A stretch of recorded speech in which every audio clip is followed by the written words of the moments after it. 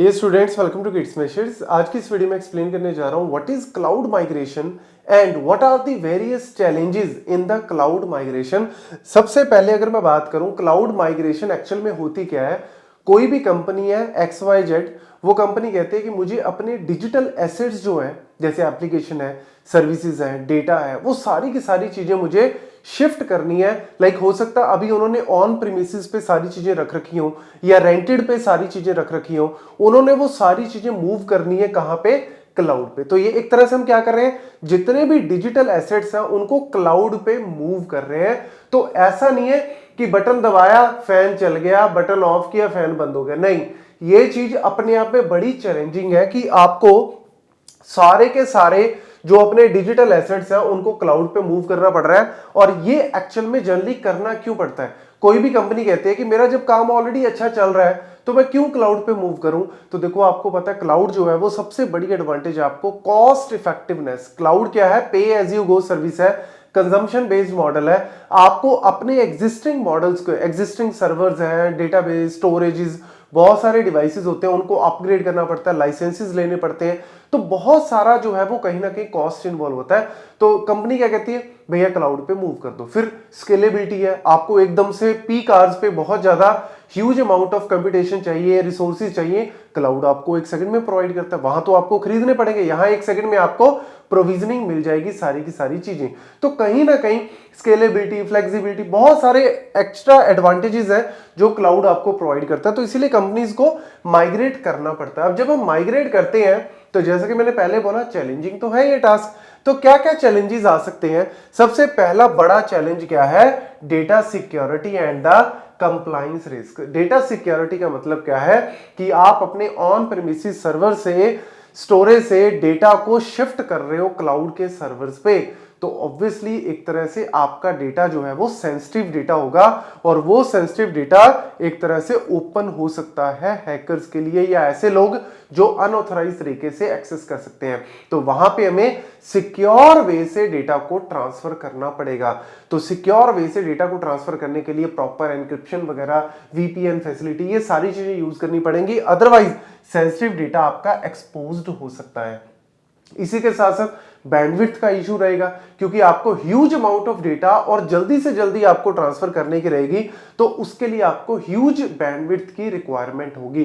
तो ये कहीं ना कहीं आपके चैलेंजेस जो है वो फेस करने पड़ते हैं। फिर अगर मैं बात करूं कंप्लायंस रिस्क, कंप्लायंस रिस्क का मतलब क्या है, जैसे यूएस में अगर डेटा जा रहा है तो यूएस के हिसाब से हिप्पा जो है वो उनका कंप्लायंस है, उनकी रेगुलेटरी बॉडीज है, उनके हिसाब से आपका जो है वो सारा डेटा और सारी चीजें होनी चाहिए। जैसे सिंपल से एग्जांपल है, हम लोग यूट्यूब पे सारी वीडियोस वगैरह बनाते हैं। जैसे आज से 2-3 साल पहले तो कुछ भी नहीं था, सिंपल जो अमाउंट आता था यूट्यूब की तरफ से वो हमारे अकाउंट्स में आ जाता था। उसके बाद क्या हुआ, पिछले 2-3 साल से यूएस ने इसके ऊपर टैक्स जो है वो स्टार्ट कर दिया। अब हम लोग कुछ कर सकते हैं, जैसे मैं इंडिया में एक क्रिएटर हूं, बहुत सारे क्रिएटर्स हैं इंडिया में, तो वो इसके ऊपर कुछ कर सकते हैं, कुछ भी नहीं। यूएस ने बोला कि भैया मैं 20% 30% टैक्स लूंगा, तो लेंगे भैया। इस हिसाब से आपको जो है वो उनके कंप्लायंस के हिसाब से चलना पड़ता है। तो क्लाउड में अगर आप मूव कर रहे हो तो उनके कंप्लायंस, अगर आप यूरोपियन यूनियन में जा रहे हो तो GDPR, इस तरीके से मल्टीपल कंप्लायंस होते हैं based on the regulatory bodies, countries, area. तो वो आपको जो है वो सारे के सारे फुलफिल करने पड़ते हैं। Then downtime and disruption.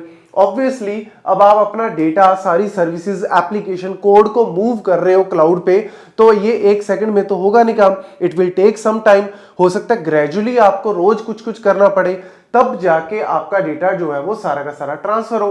तो जिस टाइम पे आप ट्रांसफर और ये सारी चीजें कर रहे हो, डाउन टाइम फेस करना पड़ सकता है। बहुत सारे क्लाइंट्स होंगे, बहुत सारे यूजर्स होंगे जो अपना एक्सेस नहीं कर पाएंगे डेटा, वहां पे कहीं ना कहीं एक तरह से प्रॉब्लम जो है वो फेस करनी पड़ सकती है आपको, यूजर्स जो है वो एक्सेस नहीं कर पाएंगे। तो ये कहीं ना कहीं डाउन टाइम या फिर डिस्ट्रप्शन आ सकता है ड्यूरिंग द माइग्रेशन। तो इसीलिए प्रॉपर जो है वो स्टार्टिंग में ही आपको ये सारी चीजें ध्यान में रखनी पड़ेंगी कि मैं ग्रेजुअली करूं, मैं एक फिक्स टाइम कर दूं कि रात को 12 बजे से 1 बजे के बीच में मैं ये वाला काम करूं, ताकि एक बार में सारा जो है वो काम मेरा डिस्टर्ब ना हो। तो ये सारी चीजें बड़ी ध्यान देनी पड़ती हैं। बट ये मैं अभी आपको चैलेंज बता रहा हूं, सोल्यूशन लेटर ऑन बता देंगे, बट आप खुद से भी फाइंड आउट कर सकते हो। इतना का आप स्पून फीडिंग वाला काम मत करो, थोड़ा सा मैं आपको चैलेंजेस बता दिए, सोल्यूशन आप फाइंड आउट करने की कोशिश करो, तो इससे आपको और ज्यादा जो है वो आइडिया होगा इसका। देन कॉस्ट मैनेजमेंट, कई बार क्या होता है जब हम मूव करते हैं तो कुछ चीजें स्टार मार्क वाली भी होती है ना, जैसे star marks, terms and condition apply,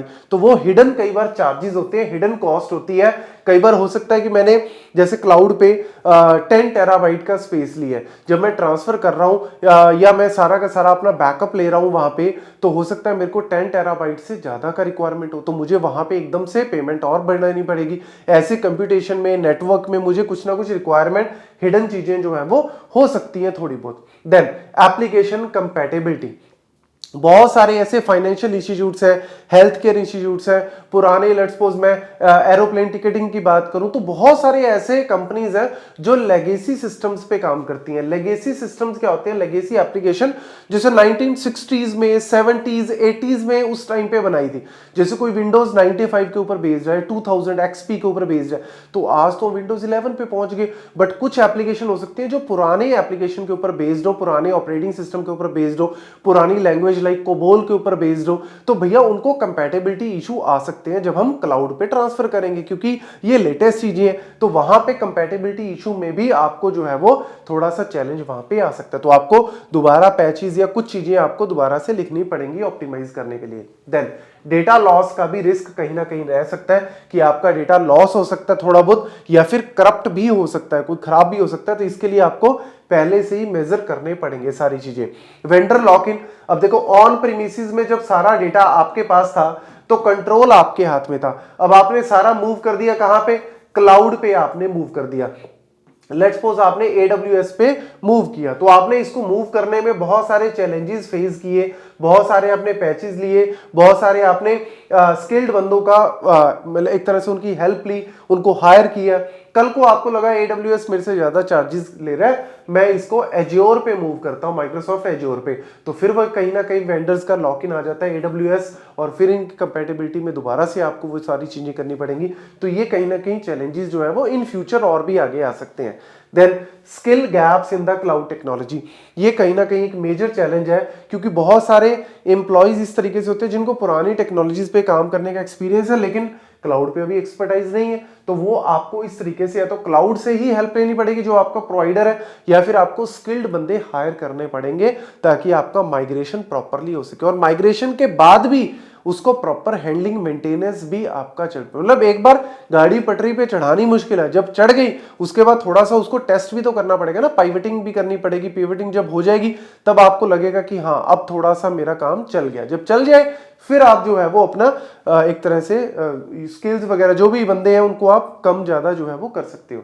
then performance optimisation, resources जो है वो may not be optimised post the migration, क्योंकि आपने अभी जो है वो एक तरह से प्लानिंग की, पहले आपने प्लानिंग करके चीजों को क्लाउड में आपने हायर किया, मतलब आपने कंप्यूटेशन ली, नेटवर्क लिया, डेटा लिया, वो सारी चीजें आपने स्टोरेज वगैरह ले ली, जब पोस्ट किया, माइग्रेट कर लिया, पोस्ट माइग्रेशन बहुत सारी चीजें जो है वो निकल के आती हैं, तो उसके लिए आपको ऑप्टिमाइज करना पड़ता है। तो ऑप्टिमाइज करने के लिए हो सकता है आपने कंप्यूटेशन जो है वो कम ली हो, आपको बढ़ानी पड़ रही है, स्टोरेज कम ली, आपको एकदम से बढ़ाना पड़ रहा है, तो वो सारे चैलेंजेस जो है वो आपको फेस करने पड़ सकते हैं ड्यूरिंग द माइग्रेशन, तो वहां पे स्किल्ड बंदों की जरूरत जो है वो डेफिनेटली पड़ती है। तो यही एक मेजर रीजन है कि भैया क्यों इतने लोग जो है वो क्लाउड में ज्यादातर जा रहे हैं, स्पेशली अगर मैं बात करूं 2024 के बाद, और 25 के बाद तो बहुत ज्यादा इसके अंदर बूम आने वाला है, क्योंकि AI और ML वगैरह भी आजकल अब जो है क्लाउड के थ्रू ही काम हो रहा है, तो इसीलिए आपको ये सारी चीजें